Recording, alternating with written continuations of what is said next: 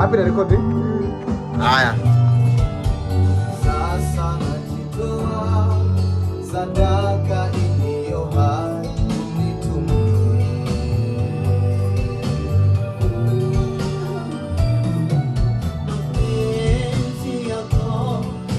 Utanipisha hapa kidogo, nitapita hapa.